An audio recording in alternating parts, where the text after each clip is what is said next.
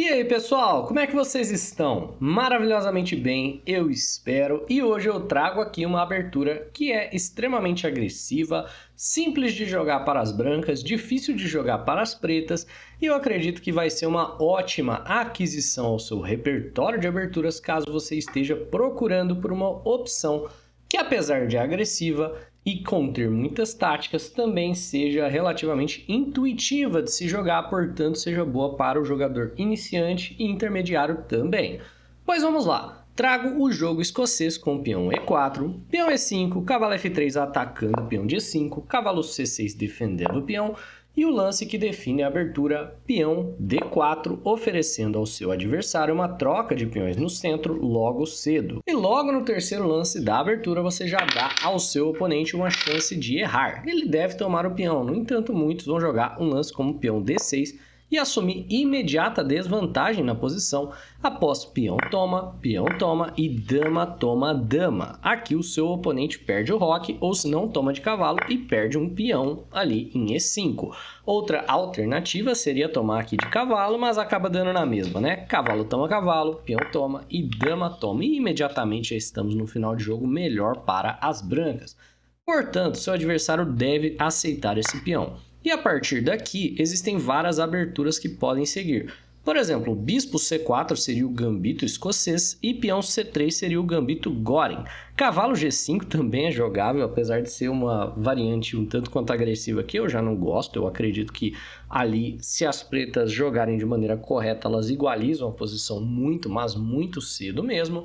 No entanto, nós vamos jogar de maneira normal. Cavalo toma, não é um gambito, é um lance extremamente natural e novamente nós damos a chance aí do adversário errar. Por exemplo, se ele toma o nosso cavalo no centro, nós já centralizamos a nossa dama e enquanto essa posição pode até ser jogável em alto nível, por exemplo, dama F6 aqui quase que igualiza a posição, a maior parte dos jogadores amadores tende a cometer leves imprecisões aqui, por exemplo, jogar peão C5 para ganhar algum tempo em cima da dama e, por consequência, permitir dama cheque. Aí se ele bloqueia de dama ele já perde o roque, por exemplo, né? E se ele bloqueia de bispo ele já perde o peão. Se ele bloqueia de cavalo a posição já fica muito difícil de desenvolver. Outro erro aqui seria desenvolver o cavalo, permitindo que nós avancemos o peão. E essa posição ele vai ter que voltar ao cavalo e já está muito difícil para as pretas seguirem desenvolvendo. Por exemplo, um erro muito comum que eu vejo os iniciantes jogarem é esse dama E7 na cravada. Isso daqui é terrível, porque agora as brancas cobrem a cravada, o cavalo tem que retornar, não tem outra casa, e a posição já está totalmente ganha para as brancas. Pode não parecer, se você for um jogador amador, pode não parecer que está tão ruim, porque não ganhou nenhum material, nada do tipo, mas está injogável para as pretas. Para onde vai esse bispo? Para onde vai esse cavalo? Como é que as pretas vão desenvolver e para que lado vão fazer o roque?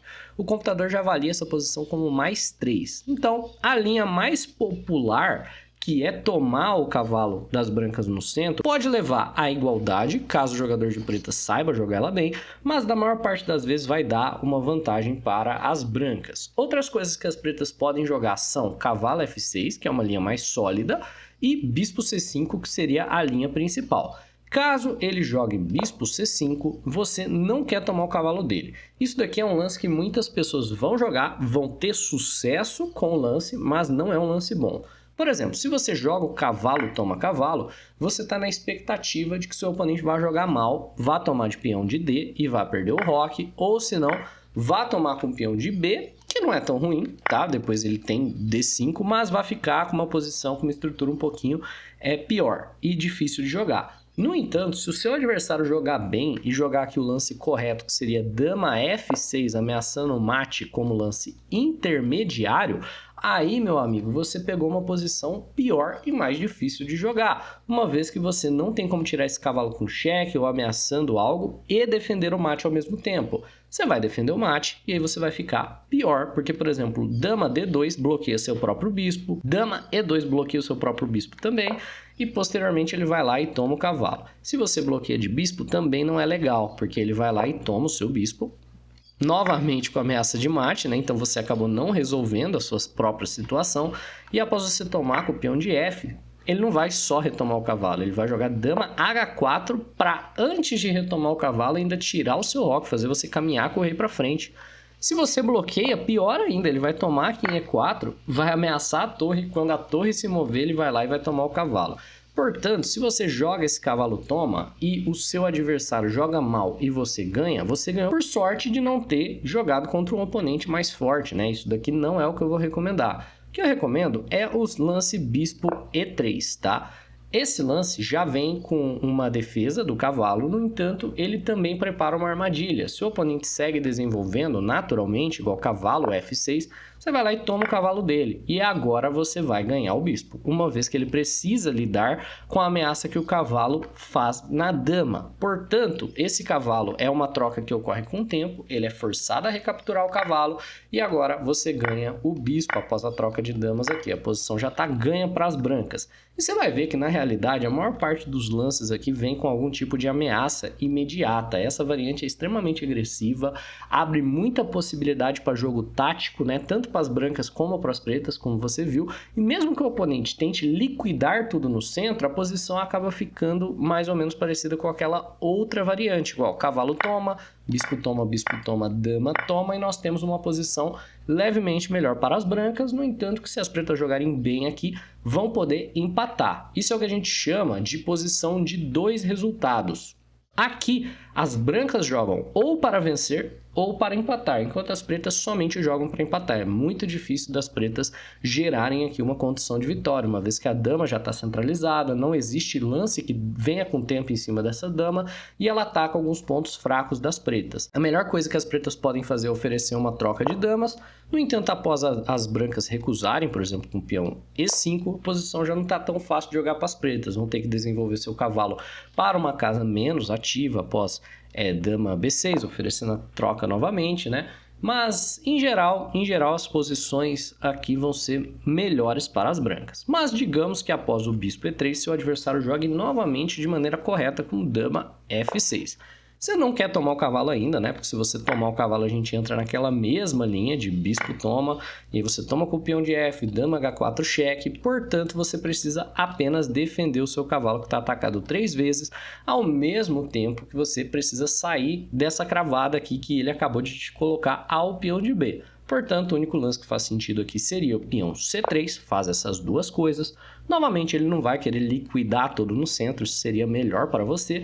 Então, ele segue desenvolvendo. Cavalo E7, nós seguimos desenvolvendo, bispo C4, e a posição aqui está tranquila para ambos os lados. Roque das pretas, roque das brancas, e as brancas vão jogar para um ataque na ala do rei, e as pretas vão jogar para exatamente a mesma coisa. Aqui, nós queremos jogar para, por exemplo, F4, E5, não agora, é claro, não imediatamente, mas eventualmente jogar para um ataque na ala do rei. O nosso adversário vai solidificar primeiro o bispo e depois vai fazer a mesma coisa, vai jogar dama G6, colocar a dama na cara do nosso rei, jogar peão D6, talvez trazer o bispo para H3 para tentar algum tipo de ataque, e a partir dali vai ser de acordo com quem jogar melhor, viu? Não é uma posição melhor ou pior para nenhum dos lados. No entanto, é um jogo agressivo e bastante tático. Então agora você está familiarizado já com a variante clássica do gambito escocês, pelo menos os lances principais e um truquezinho ou outro que existe ali dentro da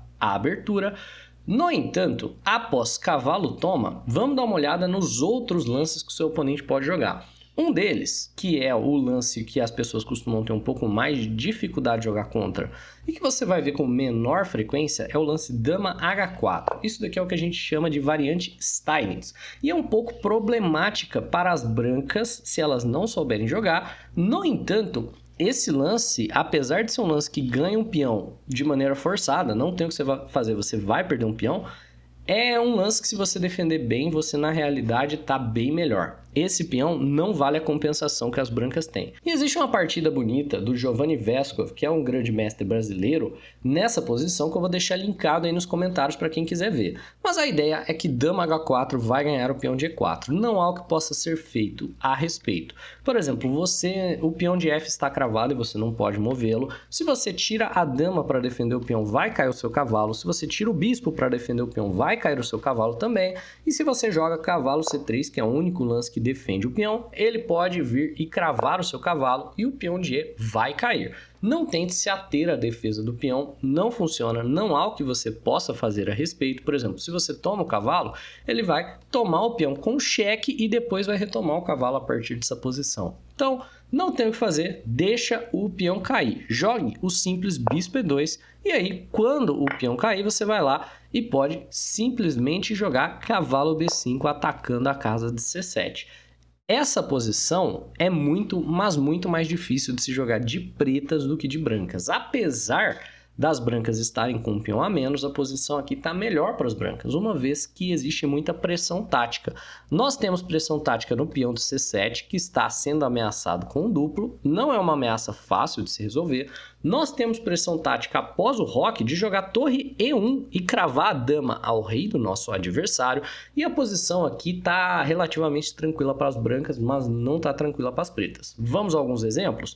Bispo toma cavalo, aqui é o mais jogado, e com razão, é o melhor lance. Nós retomamos de peão, e depois nosso adversário, na realidade, não tem uma boa maneira de defender esse duplo, que não rei D8. É o único lance que ele pode jogar. Por exemplo, se ele joga, digamos, dama E5 aqui, é simples, a gente joga F4 e agora não tem mais defesa na cravada, né?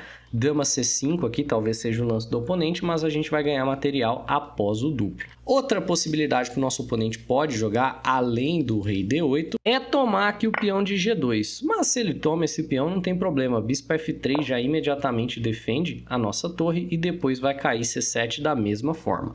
Então, rei D8 aqui vai ser jogado, nós fazemos o roque. Em geral, a posição está melhor para as brancas, apesar de estarmos com um peão a menos. Agora, nossa dama está alinhada com o rei do nosso oponente. Nós fizemos o roque, ele não. Ele vai jogar com esse rei no centro. Prontamente nós vamos ganhar o peão de volta também. Existem vários peões fracos que nós podemos almejar aqui na posição. E existe uma taxa de vitória de 60% das brancas nessa posição. O computador avalia a posição como mais 1.3, apesar da desvantagem do peão.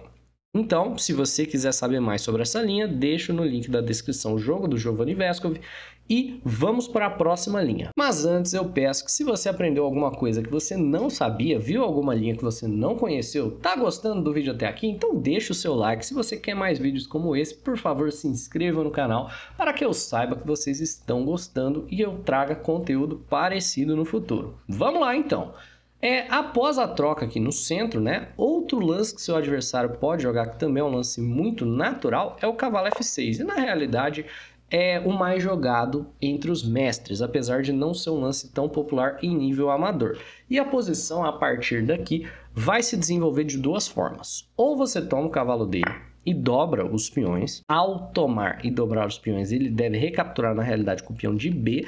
Se ele recaptura com o peão de D, ele perde o roque e vai ter que jogar com o rei no centro. Essa posição aqui é bem superior para as brancas na realidade, certo? Mas se ele toma com o peão de B, posteriormente ele vai jogar algo como o peão D5 no futuro. E aqui, antes de nós seguirmos desenvolvendo, eu recomendo que você avance o peão. Peão E5 aqui é uma linha bem forte. Chuta o cavalo do nosso adversário, que deve vir aqui para a casa D5.